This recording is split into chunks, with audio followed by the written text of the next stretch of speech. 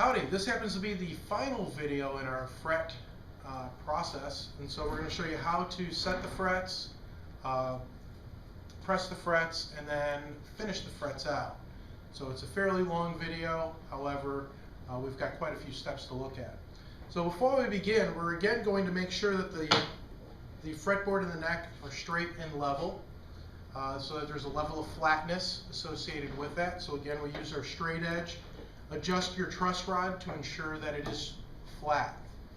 Once we have that process done, we've created some gauges off of some fret wire, basically filed the tangs down so they won't, or the barbs on the tangs, so we're able to press them into the fret slot without them fully sticking, but it gives us a good idea of how deep the fret slot needs to be. What we can do is we're going to go ahead and slot the fretboard. This happens to be a gauged slotting saw. It's a .020 slot saw, and so it allows us to have the appropriate width on the slot and provide us the depth that we need for our gauge. So what we'll do is we'll press the gauge in. We'll check the edge to make sure that the slot is slightly deeper than the actual tang itself, because as we press, the tang will move a little bit farther down. That looks really good. Once we've set the slotting up with the gauge saw, we'll then have to move over to the process of bending our fret wire. So fret wire bending, the process begins with getting rid of the oil and the grime that's left from the manufacturing process of the fret wire. The fret wire is a very soft metal. It's a composite metal of nickel and some other components, and it gets really dirty during the manufacturing process. We're going to use a little denatured alcohol to clean it. Any type of a solvent will do the job. What you don't want to do is have a solvent that leaves a residue, because you do not want a residue on your fret wire. So I'm just going to pull it through, and just on one fret wire you can see the level of grunge that we're able to get. So it's really a dirty, oily process for them to form the fret wire. Alright, so fret wire wise, what we're going to do is have the fret wire bender. We're going to place it tang up and turn the fret wire. Let's go ahead and set that in. And takes a little effort to get it started. You need to push the fret wire along with turning the handle. Once you go, you'll go all the way through the process and then back it through again to ensure that you get a complete bend of the fret wire. Perfect. So we want to make sure that the fret wire is tighter than 24 inches in diameter, or a 12-inch radius, and by far this is only about 15 inches. So now we're going to get started on actually setting the frets on the neck itself. Now at the very end of the fret wire, it's straight, and so we don't want to use the freshly bent wire. About the first 3/8 of an inch we'll kind of stick over the edge and not use. We're going to take a hammer, tap it. That's just to set it. We're not going to tap the whole length. Some luthiers do tap all the fret wire in by hand. We have the luxury of having a fret press to help us press the fret wire in. Once I nip it fairly tight to the edge of the neck, I'm going to let the part that I crimped with the cutter overhang slightly on the opposite side. Again, tap it and nip it again. Notice that I'm just tapping it in one spot. I'm just holding it into place. I'm going to do about 3 of these. Again, overhang by about a 1/16 of an inch, tap, and nip the fret wire.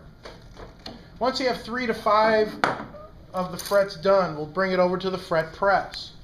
Now this fret press is a 1/2 ton press, which means that we're able to exert about 1,000 pounds of force on our neck. We really don't need 1,000 pounds of force to press the very soft nickel fret wire. So be very, very careful. You can damage your neck if you use too much force. We're going to use a neck caul to help position and support the neck. The neck caul, or the caul that we use in this particular press, is a radius caul. So it's actually at a 12-inch radius already, the same radius as our neck, which allows the wire to bend or press the wire fully through. So it doesn't take much force to actually press it in. And now, what's our goal? Well, the actual goal is we can check and see if we can put a fingernail under it. If we can put a fingernail under it, it's still too high. If we can't put a fingernail under it, it's pressed properly. But you can also see it when it's not pressed properly.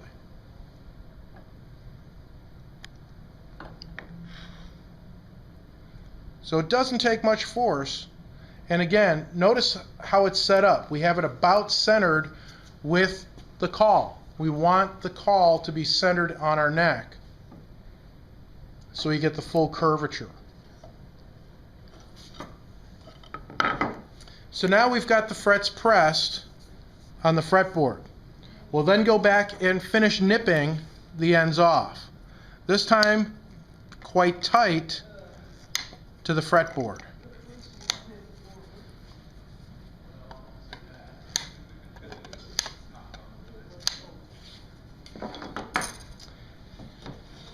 Once this is done, we use a file, a block file, to file the edges flat.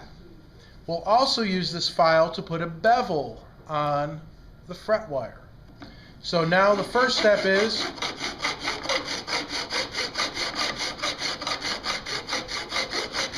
to file the edges flat. And there is a sound change. You can hear the sound change after I got through all the fret wire. You can hear that I'm now against wood. It's okay. You're going to put additional finish on. So don't worry about actually using the file against the wood a little bit. From here, I'll start rotating to between 30 and 40 degrees.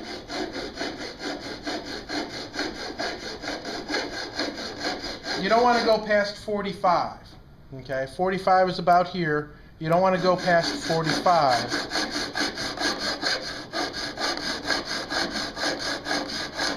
On the beveling process.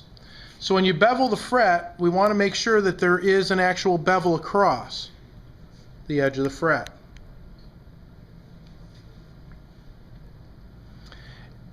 Through this beveling process, we get a burr on the edge of the fret. It's really sharp. So we're going to use a tool which is also used to level frets to help us de-burr.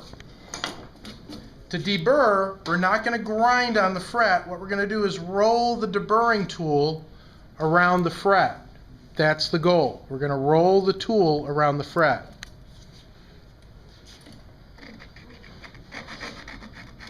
You can hear it's a diamond dust file. You can hear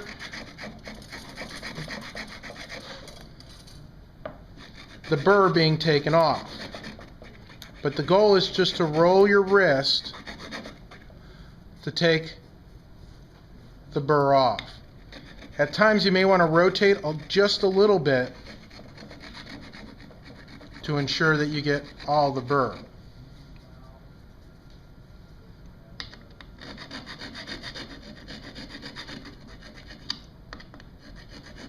So not a heavy grind. We're doing it very lightly, rotating our wrist. And we'll then tilt just a little bit, rotate, and tilt the other direction, rotate, and we're there. Final step is that we actually take a piece of 600 grit sandpaper on an eraser and buff the frets. That'll provide a little bit finer finish, make sure that there's absolutely no burrs on that process. So we have a basic eraser, 600 grit sandpaper, and all we're going to do is just lightly buff the frets. And that puts the final finishing touches on the fret itself. So now there's absolutely no burrs on the frets. They shine up, they look good. and it's ready to play.